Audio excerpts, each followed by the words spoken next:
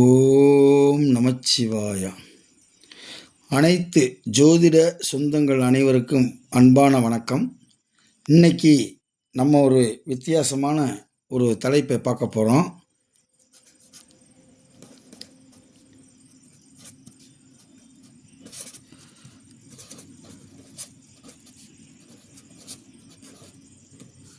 புணர்ப்பு தோஷம் என்றால் என்ன, அது என்ன செய்யும் அப்படின்றத பற்றி தான் இந்த வீடியோவில் நம்ம தெளிவாக பார்க்க போகிறோம். அதாவது புணர்ப்பு அப்படின்னா புணருதல்,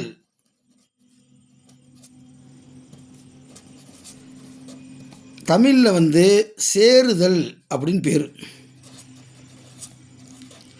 என்ன சேருதல் அப்படின்னா, இந்த ஜோதிட சாஸ்திரத்தில் சனியும் சந்திரனும் சேருதல், அப்படி சேருவதால் ஏற்படக்கூடிய ஒரு தோஷம்தான் புணர்ப்பு தோஷம் என்று ஜோதிட சாஸ்திரங்கள் மிக தெளிவாக கூறுகிறது.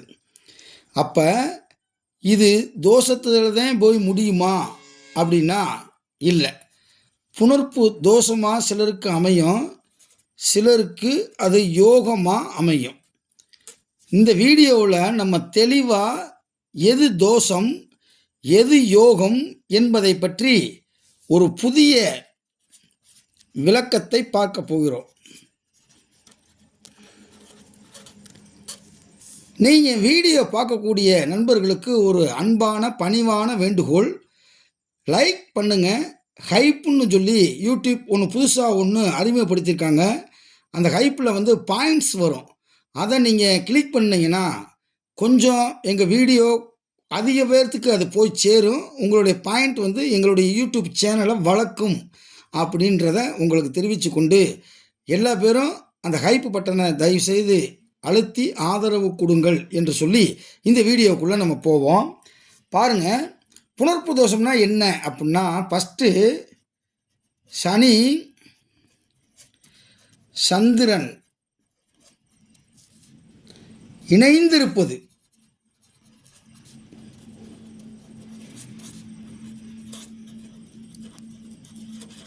அதுக்கடுத்து சனி வீட்டில் சந்திரனும் சந்திரனுடைய வீட்டில் சந்திரன் வீட்டில் சனியும்,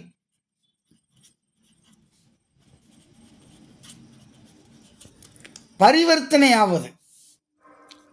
ஓகேவா? அதுக்கடுத்து சார பரிவர்த்தனை ஆனாலும்,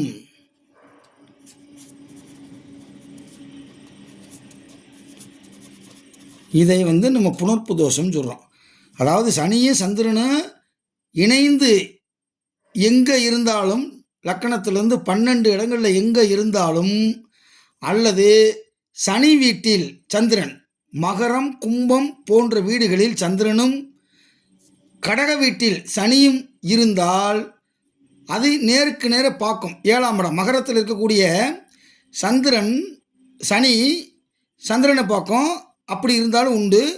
சார பரிவர்த்தனை ஆனாலும் இந்த புணர்ப்பு தோஷம் சரியாக வேலை பார்க்கும்.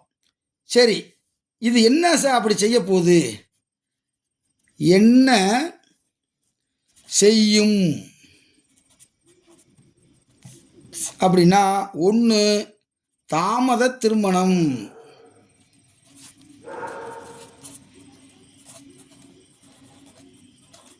2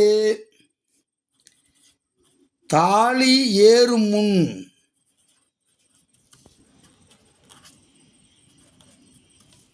தடையை உண்டு பண்ணும். அதுக்கடுத்து 3 மன அழுத்தம்,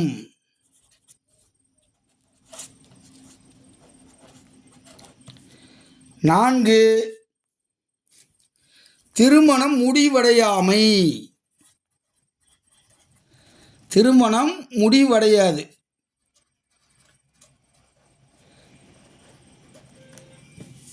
பொதுவாக இதை எப்படி சொல்லலாம்னா, திருமண தோல்விகளை தரும். திருமண தோல்விகளை தரும். பாருங்க, தாமத திருமணம் தாலி ஏறுறதுக்கு முன்னாடி தடை செய்யும், மன அழுத்தத்தை உண்டு பண்ணும், திருமணம் முடிவடையாமல் தடுத்துரும். பொதுவாக இது சுருக்கமாக சொல்லணும்னா திருமண தோல்விகளை தரும். இது பாருங்க, ஒன்று திருமணத்திற்கு முன்பாக கெடுக்கும். திருமணத்திற்கு முன்பாக கெடுக்கும். மதுரையில் நடந்த ஒரு விஷயத்தை சொல்கிறேன். ஒரு பொண்ணுக்கு விடிஞ்சால் கல்யாணம். முதல் நாள் நைட்டு அந்த மாப்பிள்ளை அந்த பொண்ணுகிட்ட தொலைபேசியில் பேசியிருக்கார். பேசும்போது கண்டிஷன் போட்டிருக்கார், எப்படி எப்படிலாம் நீ இருக்கணும் அப்படின்னு சொல்லி கண்டிஷன் போட்டிருக்காரு. அந்த பிள்ளை பயந்துக்கிட்டு போய் அம்மா அப்பாட்ட சொல்லி தாலி கட்டுறதுக்கு முன்னாடியே இவர் இவ்வளோ கண்டிஷன் போடுறாரு, தாலி கட்டி முடிச்சுட்டு எவ்வளவு கண்டிஷன் போடுவார் அப்படின்னு சொல்லி விடிஞ்சா கல்யாணம் உடனே கேன்சல் ஆயிடுச்சு. இது நடந்த விஷயம், புனர்ப்பு தோஷம். இது என்னுடைய ஜோதிட அனுபவத்தில் உள்ள செய்தி. அதுக்கடுத்து தாலி கட்டுவதற்கு 5 நிமிடத்திற்கு முன்பாக கல்யாணத்தை நிப்பாட்டிடும். இதுவும் மதுரையில் நடந்தது. அதாவது 2 பேருமே பெரிய கோடீஸ்வரர்கள் கல்யாணத்தை பண்ணி வைக்கிறாங்க. மாப்பிள்ளை தாலி கட்டுறதுக்கு தாலியை எடுக்கிறாரு. எடுக்கும்போது வலுப்பு வந்துடுது. வலுப்பு வந்தோடனே பொண்ணு எந்திரிச்சிருது. ஐயையோ, இப்படி வலுப்பு வரக்கூடிய மாப்பிள்ளையை இவங்க சொல்லவே இல்லையே, நம்மளை ஏமாற்றி திருமணம் செஞ்ச பார்த்துட்டாங்களே அப்படின்னு சொல்லி திருமணத்துக்கு 5 நிமிஷத்துக்கு முன்னாடி அந்த திருமணத்தை நிப்பாட்டிடுச்சு. அதுக்கப்புறம் திருமணத்தை செய்ய விட்டுட்டு முதலிரவில் அந்த பெண்ணு போய் இருந்திருக்கு. ஆண்மை குறைவு அப்படின்றத அந்த பொண்ணு கண்டுபிடிச்சி விடிய கால 5 மணிக்கே அந்த குடும்பத்தை விட்டு பிரிஞ்சு போயிடுச்சு. இப்படி குறுகிய காலங்களே திருமண வாழ்க்கையில் இது ஒவ்வொருத்தரையும் ஒவ்வொரு விதமாக இந்த இந்த புணர்ப்பு தோஷம் கெடுத்து கொண்டிருக்கிறது. காரணம் என்ன அப்படின்னா வாங்க பார்ப்போம். முற்றிலும் இந்த சந்திரனுக்கும் சனிக்கும் முற்றிலும் வேறுபாடு நிறைய இருக்குங்க. சந்திரன் ஒளிக்கிரகம், சனி இருள் கிரகம். ஓகேவா? அதே மாதிரி சந்திரன் ஒரு ராசியிலிருந்து இன்னொரு ராசிக்கு போகிறதுக்கு 2.25 நாள் எடுத்துக்கொள்ளும். ஒரு பாவகத்திலேருந்து இன்னொரு பாவகத்துக்கு போகிறது 2.25 நாள். சனி 2.5 வருஷத்துலேருந்து 2.25 வருஷம் வரைக்கும் இந்த சனி எடுத்துக்கிறோம். அப்போ பாருங்கள், இது அதிவேகமாக இயங்கக்கூடிய கிரகம் சந்திரன். சனி அதிமெதுவாக நடக்கக்கூடியது. அதனால தான் சனிக்கு மந்தக்காரகன் அப்படின்ற ஒரு பேர் இருக்குது. அப்போ இது இவ்வளோ மாறுபடுது. அதுபோக சந்திரன் ராசி மண்டலத்தை சுற்றி வருவதற்கு அதிகபட்சம் 30 நாட்களை எடுத்துக்கொள்கிறது. சனி ராசி மண்டலத்தை 12 ராசியை சுற்றி வர்றதுக்கு 30 வருடங்கள் எடுத்துக்கொள்கிறது. பாருங்கள் எவ்வளோ டிஃப்ரெண்ட் இருக்குன்னு. இதுக்கு என்டையர்லி டிஃப்ரெண்ட். எல்லாமே எதிரும் புதிருமாகவே இருந்து கொண்டிருக்கிறது சனியும் இதுவும். காரணம் என்னன்னா, இதோடைய இயல்பு என்ன அப்படின்னா, இது என்ன செய்யும் இயல்பு அப்படின்னா, பிறரை குறை சொல்லி தவிர்ப்பது. பிறரை குறை சொல்லி தவிர்ப்பது. மாப்பிள்ளைக்கும் பொண்ணுக்கும், மாப்பிள்ளை பொண்ணை குறை சொல்லணும், பொண்ணு மாப்பிள்ளையை குறை சொல்லணும், குறை சொல்லி தவிர்த்துரும். 2வது நித்திரைனா தூக்கம். நித்திரையற்றவராக ஆக்கிவிடும். தூக்கமே கெடுத்து விட்டுரும். இப்படி ஒரு அமைப்பு இருந்தால் நிம்மதியான தூக்கம் என்பது இருக்கவே இருக்காது.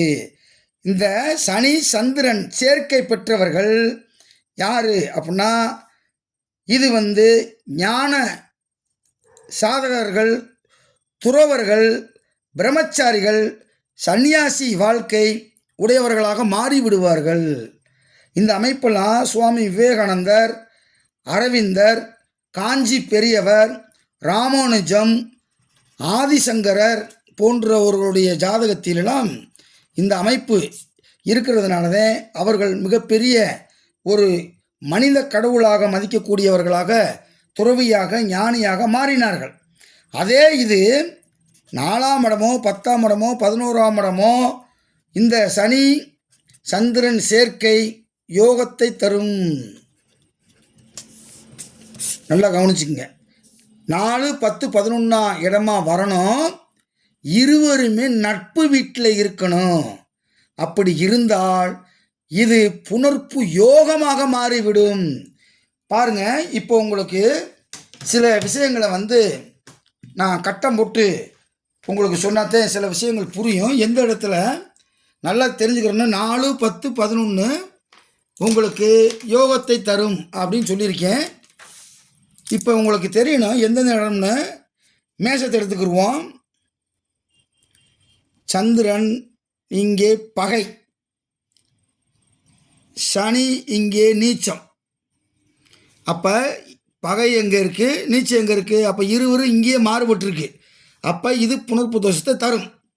அதுக்கடுத்து சந்திரன் இங்கே உச்சம், சனி இங்கே நட்பு. அப்போ இங்கேயும் பாருங்கள் எவ்வளோ கான்ட்ராவர்சியாக இருக்குன்னு. சந்திரன் ஹை பவரில் இருக்கார், சனி நட்பாகத்தான் இருக்கார். அப்போ இங்கேயுமே அது ஒத்து வரலை. அதுக்கடுத்து சந்திரன் நட்பு, இங்கே சனி நட்பு. இப்போ சமநிலையில் இருக்கும்போது அப்படி இருந்து 4ஆம் இடம் 10ஆம் இடம் 11ஆம் இடமா வந்துருச்சு அப்படின்னா இது புணர்ப்பு தோஷம் இல்லை. ஏன்னா ஈக்குவல். புரியுதா உங்களுக்கு? அப்போ 4ஆம் இடமா வரணும், 10ஆம் இடமா வரணும், 11ஆம் இடமா வந்துருச்சுன்னா இது புணர்ப்பு யோகமாக மாறிவிடும். அதுக்கடுத்து சந்திரன் கடகத்தில் ஆட்சி, சனி இங்கே பகை. அப்போ இதுவும் புணர்ப்பு தோஷத்தை தந்துவிடும். பாருங்க, இப்படி இருக்கு சனி சந்திரன். எதிரும் புதிருமாக இருக்கக்கூடியது. அதனால தான் கணவன் மனைவி 2 பேரும் இப்படி பிரிஞ்சிருக்கிறாங்க. அதுக்கடுத்து பாருங்க, சந்திரன் இங்கே பகை, சனி இங்கே பகை. இப்படி இருக்கும்போது இது புணர்ப்பு தோஷத்தை தராது. புரியுதா? ஒருத்தர் ஹை பவர், ஒருத்தர் லோ பவராக இருக்கும்போது அங்கே சிக்கலை தரும். இப்படி ஒரு அமைப்பு இது 4ஆம் இடம் 10ஆம் இடம் 11ஆம் இடம் தான் இது புணர்ப்பு யோகம். அதை நல்லா தெரிஞ்சுக்கிறணும். பொதுவாக சனி சந்திரன் சேர்ந்தாலே போச்சு உங்களுக்கு புணர்ப்பு தோஷம் அப்படின்னு சொல்லிடக்கூடாது. எதையுமே ரொம்ப ஆழமாக டெப்த்தாக, கடலை விட ஆழமானது ஜோதிடம், வானத்தை விட உயரமானது ஜோதிடம், இந்த உலகத்தை விட அகலமானது ஜோதிட ரகசியங்கள். இவ்வளோ நுட்பங்களை தெரிஞ்சுக்கிறணும். அதுக்கடுத்து சந்திரன் இங்கே நட்பு, சனியும் இங்கு நட்பு, கன்னி வீட்டில் நட்பு. அப்போ 2 ஈக்குவல் பவராக 4, 10, 11ஆக வந்தால் இவர்களுக்கு புணர்ப்பு யோகம். நிறையா பேர்த்த நான் பார்த்துருக்கேன். சனி சந்திரன் சேர்ந்துட்டாலோ, சனி சந்திரன் பார்த்துட்டாலோ, சார பரிவர்த்தனை ஆயிட்டாலோ உங்களுக்கு இந்த புணர்ப்பு தோஷம் இருக்குது, வாழ்க்கையில் ரொம்ப தடங்கப்படும் வைக்கும் அப்படின்னு சொல்லி விட்ருவாங்க. அப்போ டீப்பாக பார்க்கணும். அதுக்காக தான் இந்த வீடியோ. மற்றவங்க வீடியோ பார்க்குறதுக்கும் நம்ம வீடியோ பார்க்குறதுக்கும் ரொம்ப ரொம்ப வித்தியாசம் இருக்குன்றதை உங்களுக்கே தெரியும்.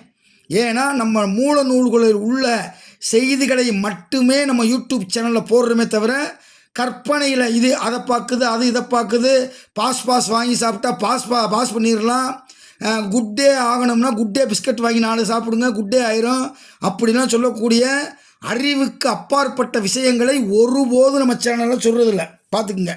அதுக்கடுத்து சந்திரன் இங்கே பகை, சனி இங்கே உச்சம் துலாத்தில். அப்போ உச்சம்னா சனி இங்கே ஓவர் பவரில் இருக்கார், சந்திரன் இங்கே லோவாக இருக்கார். அப்போ இருவரும் இங்கனக்குள்ளே கான்ட்ராவர்ஸ் ஆகுது. அப்போ இது என்ன உண்டாகும்? புணர்ப்பு தோஷத்தை உண்டு பண்ணும். இங்கே பாருங்கள், விருச்சிகத்தில் சந்திரன் நீசம், சனி பகை. அப்படி இருக்கும்போது இதுவும் ஒரு புணர்ப்பு தோஷத்தை உண்டு பண்ணும். அதுக்கடுத்து தனுசு வீட்டில் சந்திரன் நட்பு, சனி நட்பு. நட்பு வீடுகளில் வந்தால் புனர்ப்பு தோஷம் அல்ல, புனர்ப்பு யோகம். அது 4ஆம் இடம், 10ஆம் இடம், 11ஆம் இடம் வந்தால் மிகப்பெரிய யோகம். அதை தெரிஞ்சுக்குங்க. அதுக்கடுத்து மகர வீட்டில் சந்திரன் பகை, சனி இங்கே ஆட்சி. அப்போ வலிமையாக இருக்குது. எது? சனி வலிமை, சந்திரன் வலிமையற்று இருக்குது. அப்போ இது புனர்ப்பு தோஷத்தை தந்துவிடும். மறுபடியும் சந்திரன் கும்பத்தில் பகை, சனி ஆட்சி. அப்போ அதே விஷயந்தேன். அதுக்கடுத்து மீனத்தில் சந்திரன் நட்பு, சனி நட்பு. குரு வீட்டில் 2 பேருமே நட்பாகிறாங்க. அப்போ இது புனர்ப்பு யோகம். இது தோஷத்தை தராது. அப்படி இருந்தால் யாரும் பயப்பட தேவையில்லை என்பதை நீங்கள் தெரிந்து கொள்ள வேண்டும்.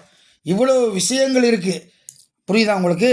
அதனால் இந்த புனர்ப்பு தோஷத்தையும் புனர்ப்பு அதே மாதிரி பகை வீட்டில் ஒருத்தர் பகை வீட்டு கிடந்து குருவோடைய பார்வை கிடைத்தாலோ கூட சூரியன் சேர்ந்துட்டாலோ புனர்ப்பு தோஷம் இல்லை. தெரிஞ்சுக்குங்க. இப்போ பாருங்கள், பகை பெற்றிருக்கு, ஆட்சி பெற்றிருக்கு, இங்கே சூரியன் சேர்ந்துட்டாரு அப்படின்னா இது புனர்ப்பு தோஷம் இல்லை. குரு பார்த்துட்டா புனர்ப்பு தோஷம் இல்லை. விதி உண்டு, விதி விலக்கும் உண்டு. அதனால் நீங்கள் விதியை மட்டும் தெரிஞ்சுக்கிட்டு சொல்லக்கூடாது. இது வெங்காயம் மாதிரி ஜோதிடம் என்பது உருக்கி உள்ளே வந்துக்கிட்டே இருக்கும். அப்போ நீங்கள் கடைசி வரைக்கும் அதை உரிக்கணும். மேலே உள்ள தோலை மட்டும் உரிச்சிட்டு பலன் சொன்னீங்கன்னா அந்த பலன் தப்பாகி போகிவிடும். ஆகவே விதியும் தெரிந்திருக்க வேண்டும், விதி விலக்கும் தெரிந்திருக்க வேண்டும் என்று சொல்லி அடிப்படை ஜோதிட வகுப்பு நம்ம ஆன்லைனில் நடத்திக்கிட்டு இருக்கோம். சனி ஞாயிறு இரவு 8 to 9:30 வரையும் நடத்துகிறோம். மறுபடியும் ஒரு 30 நிமிஷம் நம்ம சந்தேகம் கேட்குறதுக்காக நடத்துகிறோம். அப்போ 2 hours நடத்துகிறோம். அப்புறம் ஞாயிற்றுக்கிழமையும் இதே 8 to 9:30 நம்ம நடத்துகிறோம். அதுக்கடுத்து உயர்நிலை ஜோதிட வகுப்பு, அதையும் நம்ம சனி ஞாயிறு 2 நாட்கள் நடத்துகிறோம். விருப்பமானவங்க இந்த நம்பருக்கு ஃபோன் பண்ணி நீங்கள் ஜோதிடத்தை முறையாக தெரிஞ்சுக்கங்க. எல்லா வீடியோவும் பார்த்துட்டா நம்ம ஜோதிட ஞானம் வரும் அப்படின்றத தப்பான கணக்கை நீங்கள் போட வேண்டாம். ஏனென்றால் ஒரு வீடியோவை பார்க்குறீங்கன்னா அவர் பேசக்கூடியவர் சரியாக பேசுகிறாரா தப்பாக பேசுகிறாரா அப்படின்றது உங்களுக்கு தெரியாது. பல பேர்த்தை நான் பார்த்துட்டேன், கற்பனையுடன் பேசுகிறார்கள், ஒரு பலனும் நடக்காது, டேட்டா தான் வேஸ்ட். அதனால் நீங்கள் மூல நூல் உள்ள புத்தகங்களை படியுங்கள், முறையாக ஜோதிடத்தை படியுங்கள். படிக்க வேண்டுமென்றால் இந்த நம்பருக்கு ஃபோன் பண்ணுங்கள் என்று சொல்லி நன்றி கூறி விடைபெறுகிறேன். ஓம் நமச்சிவாயா.